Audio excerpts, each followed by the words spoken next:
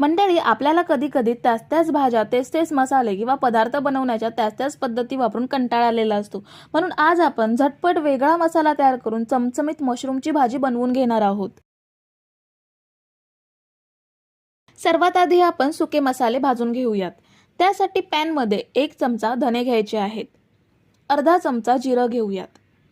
पाव चमचा मेथीचे दाणे घ्यायचे आहेत.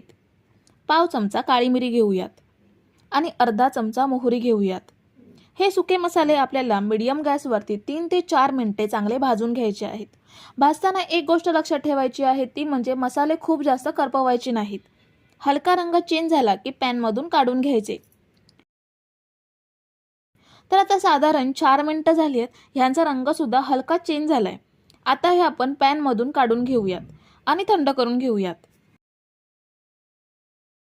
मसाले थंड होईपर्यंत आपण मशरूम तुपात फ्राय करून घेऊयात. आपण मशरूम घी रोस्ट ही रेसिपी बनवतोय, म्हणून आपण मशरूम आधी तुपात थोडा वेळ फ्राय करून घेणार आहोत. त्यासाठी मी पॅनमध्ये 1 चमचा तूप घेतलंय. तुपाऐवजी तेलाचा किंवा बटरचा सुद्धा वापर करू शकता. इथे मी 200 ग्रॅम एवढे मशरूम घेतलेत.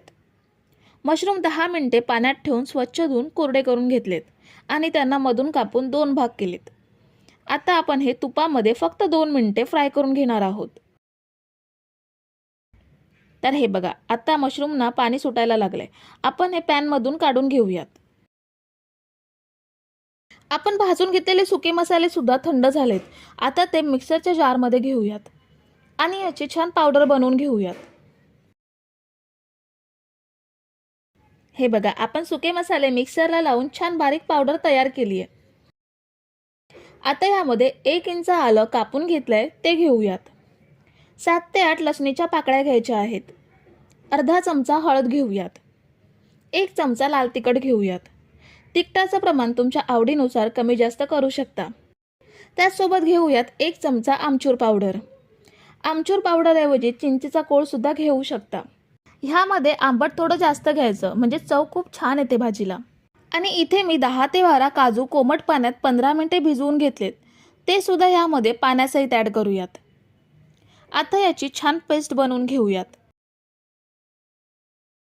तर ही बघा, आपण सगळा मसाला छान बारीक वाटून घेतलाय. आता पुन्हा आपण पॅनमध्ये 2 चमचे तूप घेऊयात. इथे सुद्धा तुपाऐवजी तेलाचा वापर करू शकता. आता बनवलेला मसाला ह्यामध्ये घेऊयात. मसाला आपल्याला मीडियम गॅसवरती तेल सुटेपर्यंत छान भाजून घ्यायचा आहे.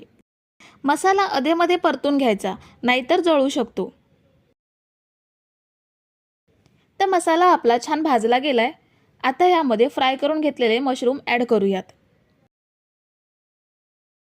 आणि मसाल्यामध्ये छान मिक्स करून घेऊयात.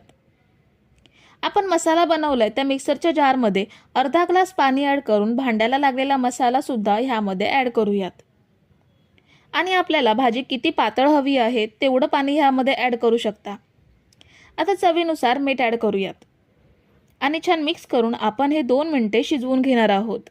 तुम्ही जर इथेपर्यंत रेसिपी बघताय तर तुम्हाला एक विनंती आहे की व्हिडिओला एक लाईक जरूर करा. तर ही बघा, आपण 2 मिनिटं भाजी छान शिजवून घेतली आहे. मशरूम शिजायला जास्त वेळ लागत नाही, त्यामुळे भाजी पटकन तयार होते. वरून कोथिंबीर ॲड करून छान मिक्स करून घेऊयात आणि सर्विंग प्लेटमध्ये काढून घेऊयात. तर ही बघा, आपली चमचमीत मशरूमची भाजी म्हणजेच मशरूम घी रोस्ट आपण बनवून घेतली आहे.